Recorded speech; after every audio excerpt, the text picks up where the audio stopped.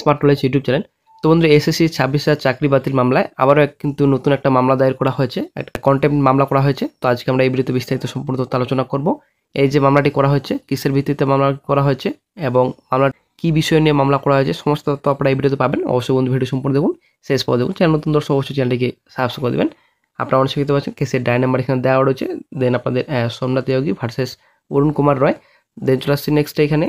তো ডায় নাম্বার এখানে দেওয়া রয়েছে। তার কেসটি ফাইল করা হয়েছিল 4/9/25 তারিখে। এখানে সেকশন আপনারা দেখতে পাচ্ছেন।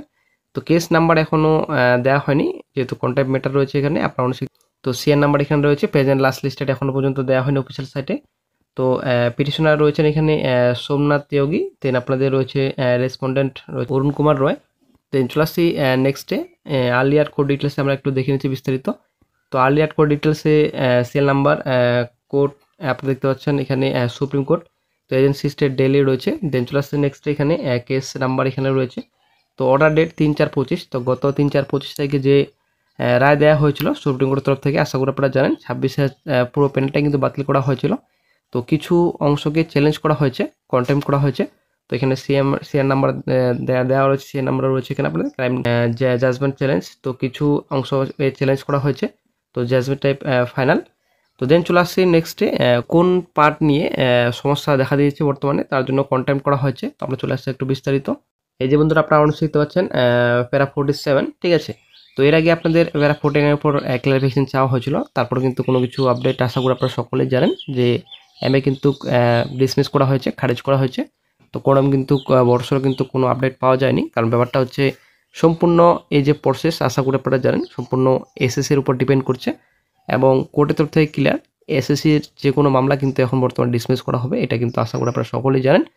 তো এর আগে অনেক এসএলপি কিন্তু খারিজ করা হয়েছে এবং এমএ কিন্তু খারিজ করা হয়েছে, কোনো রকম কিন্তু কোনো কিছুই বড় ফলস্বরূপ আসেনি, কারণ ব্যাপারটা হচ্ছে সম্পূর্ণ প্রসেস এখন প্রায় কমপ্লিট ফেলছেন রাজ্য সরকার।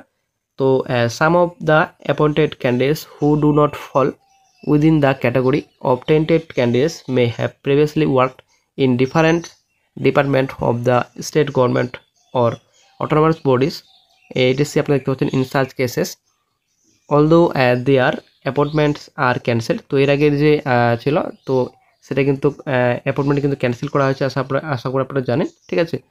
তো তারপর this candidates will have the right to apply to their previous department or autonomous bodies to continue in service with those এন্টায়ার্স। তো এর আগে যে কাজ করতেন, এর আগে যে চাকরি করেছিলেন, অনেকে চাকরি করেছিলেন কিন্তু আশা করি আপনারা জানেন। তো চাকরি কিন্তু ফিরে পাবে, ঠিক আছে। এটা কিন্তু ক্লিয়ার সুপ্রিম কোর্টের রায়। This applicants must be proceed by the respective government departments or bodies within 3 months and the candidates will be allowed to resume their positions। তো এর আগের কর্মস্থলে কিন্তু ফিরে যেতে পারবেন চাকরিহারারা, এটা কিন্তু ক্লিয়ার সুপ্রিম কোর্টের রায়। এটা কিন্তু সময়সীমা দেওয়া হয়েছিল 3 মাস। 3 মাসের মধ্যে কিন্তু রাজ্য সরকারকে এবং এসএসসিকে কমপ্লিট করতে বলা হয়েছিল, কিন্তু এখনও পর্যন্ত রাজ্য সরকার এসএসসি কিন্তু কমপ্লিট করতে পারেনি, কারণ ব্যাপারটা হচ্ছে এখনও কিন্তু প্রসেসিং, ঠিক আছে। যদিও লিস্ট প্রকাশিত করেছে এসএসসি, আশা করি আপনারা জানেন, সেই লিস্টে কিন্তু এখনও পর্যন্ত ক্লিয়ার নেই কোন ডিপার্টমেন্টে কারা থাকবেন, কোন ডিপার্টমেন্টে এর আগে ছিল, সম্পূর্ণ ডিটেলস কিন্তু এখনও পর্যন্ত এসএসসি দিতে পারেনি এবং এখনও পর্যন্ত কিন্তু পুরনো কর্মস্থলে কিন্তু ফিরে যেতে পারেনি চাকরিহারারা। এটাই কিন্তু একটা মেন দাবি, মেন একটা বক্তব্য, তার জন্য কিন্তু মামলা দায়ের করা হয়েছে। তো এটা কিন্তু মনে রাখবেন, এটা কিন্তু ব্লাইন্ড ম্যাটার, ঠিক আছে। ব্লাইন্ড ক্যান্ডিডেটসের তরফ থেকে কিন্তু মামলাটি দায়ের করা হয়েছে এবং সুপ্রিম কোর্টের যেটা নির্দেশ, আশা করি আপনারা এটাও জানেন, সুপ্রিম কোর্টের যেটা নির্দেশ ছিল যে যদি বাই চান্স এর আগে যে ডিপার্টমেন্টে চাকরি করতেন, তো যদি বাই চান্স যদি ভ্যাকান্সি না থাকে, তো সুপার নিউমারি পোস্ট তৈরি করে তারা যেন পুরনো কর্মস্থলে ফিরে যেতে পারে, তার জন্য ব্যবস্থা করতে একটা নতুন করে সুপার নিউমারি পোস্ট ক্রিয়েট করার কথাও কিন্তু বলেছিলেন সুপ্রিম কোর্ট।